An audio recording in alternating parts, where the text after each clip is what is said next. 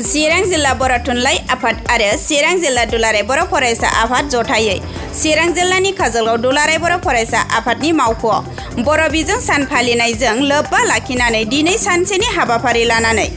बर' हारिनि जेंना, बर' बिजों फरायनाय फरायसाफोरनि जेंना बेबायदि गोबां बायदि जेंनाखौ लानानै सावरायनाय जादों। बर' बिजों सान दिनैनि अक्ट'आव 1963 मायथाइयाव गुदि फरायसालियाव बेखौ गायसनजेननाय जादोंमोन। दा बिनि थाखायनो बे सानखौ दिनै गोबां जायगायाव खुंनाय बायदि चिरां जिल्ला बर' थुनलाइ आफाद आरो चिरां जिल्ला दुलाराय बर' फरायसा आफाद जथायै बे चिरां जिल्ला दुलाराय बर' फरायसा आफादनि मावखुलि काजलगावआव फुंनिफ्राय फिरफिला बिरहोनाय हाबाफारिजों लोगोसे मुंख्लंफोरनो बिबार बावनाय आरो सावरायनाय हाबाफारिजों बे दिनखौ फालिनाय जादों। दा बे दिनजोंनो आङो सोमोन्दो लाखिनानै गिबियावनो जाय जोहोलाव जोहोलावजोफोरा जोंनि रावनि थाखाय, जोंनि भाषानि थाखाय आरो जोंनि बिजों नि थाखाय, जोंनि बिजों गायसननायनि थाखाय मुंख्लं जानो गोनां जाबाय, बिथांमोननिसिम खुलुमनाय सिबिनायखौ आङो गिबियावनो दिनैनि बे बिजों सानाव आङो बावहरग्रोदों। लोगोसे जायफोर गेदेमा बिथांमोना बिजोंनि थाखाय खामानि मावबाय, जोंनि सानसुमै रायजो राजाफोरा बिजोंनि थाखाय खामानि मावबाय, बिजोंखौ गनायनानै लाबाय, भाषा रैखाथिनि थाखाय, राव जौगानांगौनि थाखाय जायफोर बिथांमोना दिनै खामानि मावबाय थादों, बिथांमोननिसिम दिनैनि बे सानाव साबायखर बावहरनायजों लोगोसे आङो गाहाम हामलायनायखौ आङो बावहरग्रोदों। आरो लोगोसे बे रावखौ जौगाहोलांनांगौनि थाखाय जोंहा इयुनाव गोबां खामानि मावबावनो दंबावो। नाथाय जोङो बे रावखौ जेरैबायदि जोङो गेवलांसारहोनो जोङो नाजाबाय थादों आरो बे नाजानाय बायदिनो दिनै बे रावा इउनिभारसिटिसिम फरायनो हानाय, PhD खालामनो हानाय बियो राव जाबाय आरो दिनै बियो मोनसे कनस्टिटिउसनेल रेकगनाइज 8 शिड्युलाव हाबनाय बियो मोनसे राव जाबाय आरो बिटिआर गोरोबथानि गेजेरजों बे रावा आसामनि एस'सियेट अफिसियेल लेंगुवेज जाबाय। आरोबाव बे रावखौ जोङो 11-12 सिम मिडियाम हिसाबै जोङो फरायनो हानाय जाबाय। दा बेखायनो बे रावा मोनसे धोनि राव जाबाय, बे रावा मोनसे समायना राव जाबाय, बे रावा बुहुमाव गेवलांसारनायनि मोनसे दिगजों आगान सुरबाय थादों। दा बेखायनो बे रावखौ जोङो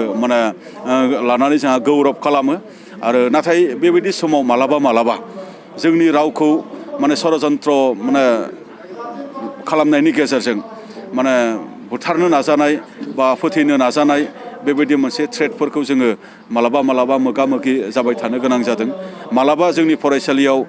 थोजासे फोरोंगिरि हरा, मालाबा जोंनि फरायसालिनि फरायसाफोरनो फरायनो थाखाय थोजासे फरा बिजाब हरा, मालाबा जोंनि फरायसालियाव नांगौ बायदि इनफ्रास्ट्राक्चार गैया। बेफोरबायदि जेंनाफोरखौ जोङो मोगा मोगि जाबोबाय थानो गोनां जादों।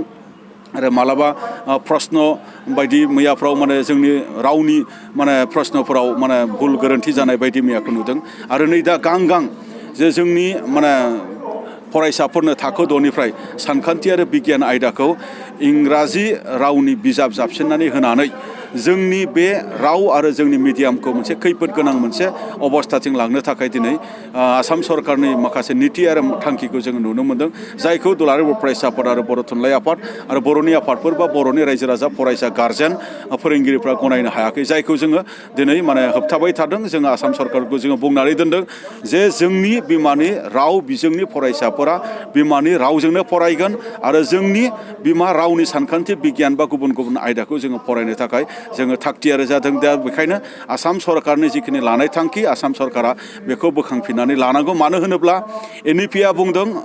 गावनि बिमा रावजों सोलोंथाइ लानायनि बाथ्रा आरो दिनै UGC-आ बुंदों दिनै सेकेन्डारि आरो हायार इडुकेसनावबो दिनै बिमा रावजों फरायनाय आरो बिमा रावजों लिरनायनि बाथ्राखौहाय दिनै UGC-आबो आरो दिनै बुंदों। आरो नै दाखालि गुजरातनि मोनसे थावनियाव भारतनिनो गाहाय मन्त्रि नरेन्द्र मदि मानब गेदेर बिथाङा गुदि फोरोंगिरि गौथुमनि मेलाव थांनानै बिमा राव सोलोंथाइनि बाथ्राखौ लानानै बिथाङाबो दाखालि भाषण होबोदों। आरो नखर मन्त्रि भारतनिनो अमित शाह बिथाङा दिनै मा होनदों, मेडिकेल साइन्स आरो इन्जिनियारिंआवबो बिमा राव बिजोंनि बाथ्राखौ दिनै बुंबाय थादों। दा बेबायदि सेयावबो आसामाव दिनै मानो आलादायै NEP-खौ हेंथा खालामनानै, नरेन्द्र मदिनि पलिसि, अमित शाहनि पलिसिखौ हेंथा खालामनानै, NEP-खौ हेंथा खालामनानै, UGC-खौ हेंथा खालामनानै मानो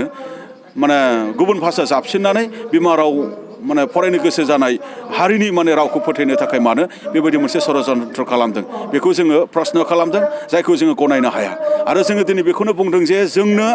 हारि हिसाबै जों थांनानै थानो लुबैदों, जोंखौ थांनानै थानो हो। जोङो रावखौ बिजोंखौ मोननो थाखाय जोङो शहीद जानो गोनां जादों जोंनिफ्राय, जोङो बेखौ जोंनि रावखौ थांनानै थानो हो। बेवहाय जोङो गुबुन रावखौ जोङो बुंनो थाङा जोंनि रावखौ जोङो मोनजानो लुबैदों नांगौबा जोंनो डेभेलपमेन्ट नाङा नांगौबा जोंनो राव नांगौ रावा जोंनि थाखाय गुबै रावखौ जोङो नागारनो हाया बड'फा उपेन्द्रनाथ ब्रह्मआ बर' हारिखौ गेरेमसा हारि गायसननायनि बाथ्रा होलांदों आरो बेखौनो दिनै साफ्रोमबो बर' फिसाफ्रा जेरावखि थाया मानो खामानि मावबाय थादों आरो बे गेरेमसा हारिया माने जोंनि सिनायथिया थायोब्लासो जागोन जोंनि रावा थायोब्लासो जागोन बिथांमोना रोदा मोनसे हास'नानै माने ओरैबायदि गिदिर फांसे बिफां माने बुथारनो नागिरनाय बायदि मोनसे षड़यन्त्रखौ खालामदों होननानै जोङो दिनै मोनदांदों दा बेखायनो बे बिजों सान फालिनायजों लोगोसेयैनो आङो सरकारनिसिम बे बाथ्राखौ आं मिथिहरबाय गोजोन्थों। आरो मोनसे खोथा सार जोङो गोबां समनिफ्रायनो नुनो मोनो कि माखासे सोरखारि स्कुलाव फोरोंगिरिफोरनि फिसाफोरखौ जोङो प्राइभेट स्कुलावहायसो सोनाय नुनो मोनो स' बेबायदि जाबाय थायोब्ला सरकारि स्कुलनि फरायसाफोरा जोबलांगोन नामा फरायग्राफ्रा जेनेबा दिनै माने मोनसे मिडियामा थांनानै थानांगौब्ला माने बे मिडियामा थांनानै थानांगौब्ला फरायग्राबो थानांगोन फोरोंगिरिबो थानांगोन आरो सरकारनि जोथोनाबो थिग थानांगोन आरो जोंनि रायजो राजाफोरनि सांग्रांथियाबो थिग थानांगोन बे एखे बाथ्राखौनो आं एसे सिगाङाव मेल सावरायनायाव बुंदों मोनसे मिडियामखौ माने फोथांनांगौनि बिबाना सरकारनिल' नङा बे मिडियामखौ फोथांनांगौनि बिबाना फरायसालिखौ फोथांनांगौनि बिबाना गावनिबो बेवहाय माने सोरबा फोरोंगिरिनिबो जानो हागौ माने जाय गथ'नि बिफा बा सोरबा बिमा बिफानि जानो हागौ जाय गथ'नि बिमा बिफा बिथांमोनाबो इकुवेल मोनसे रेसपन्सिबिलिटि दङ बिबान दङ जे मोनसे स्कुलखौ आरो मोनसे बिजोंखौ फोथांनांगौनि थाखाय दा बेखायनो नंगौ जे माखासे माने फरायसालिफोराव बा माखासे बिजोंफोराव जोङो सांग्रांथि माने दं ना गैया जों मिथिया बिथांमोना माने मा नुनानै मा खालामदों जों मिथिया दा बेबायदियावबो मिडियामनि थैनाय थांनायनि प्रश्नआ फैया नङा फैयो दा बेखायनो जोङो खावलायदों जा दिनै शिक्षाबिद मानसिफोरा बुंदों UGCआ दिनै बुंदों NEPआ बुंदों निउ इडुकेसन पलिसि बिथांमोना बुंखांनायनि उनाव बबेबा मोनसे मादार टांजों हायार इडुकेसन लानो हाया होननाय बाथ्रा बेबायदि जेबो नङा दा बेयो जोंनि मोनसे मिसकनसेपसनसो जे मादार टांजों डक्टर इन्जिनियार जानो हाया हायार इडुकेसन जानो हाया बिजनेस माने बेबायदि जेबो डेभेलपमेन्ट जाया होननाय बेबायदि बाथ्राफोरा बेयो जोंनि मोनसे मिसकनसेपसन मिसगाइड जायो जोङो मालाबा बबेबा मोनसे आबहावाजों जेन बेखौ जोङो लाया गोरलै रावजों बुजिनो थाखाय जे भाषाखौ नोङो बर' रावजोंबा नोङो गोरलैयै बुजियो बे भाषाखौ जुदि आंखौ दा चाइनिसजों जुदि बुजायोब्ला आं बेखौ बुजिगोन नामा बाथ्राया बेबायदि आरो गोजोन्थों नुनो मोनोदि दासिमबो बर' मिडियामनि जेंनाफ्रा सुस्रांजायाखै फोरोंगिरि थिसननिफ्राय लानानै गोबां बिजाबफ्राबो जेंना दङ दा बेनि खेथ्रआव नोंथांमोना सरकारजों सावरायबाय नाथाय दासिमबो फिथाइया थायाखै माबायदि सरकारजों बे बाथ्राखौ लानानै नारसिनबाय थादों जोङो सावरायबाय थादों दा बेखौ माला सुस्रांनानै होयो बे सरकारनि खोथा जों आन्दलनकारि हिसाबै जोङो जोंनि मोननांगौनि थाखाय जोङो बाथ्राखौ बुंबाय थागोन मोनागौमानि दा फान्डामेन्टेल माने राइट्स एजुकेसना दिनै एलिमेन्टारि लेभेलाव दिनै माने RTE एक्टनि बाथ्रा दङ बेवहाय माने बिजाबा मोनथारनांगौ फोरोंगिरिया थाथारनांगौ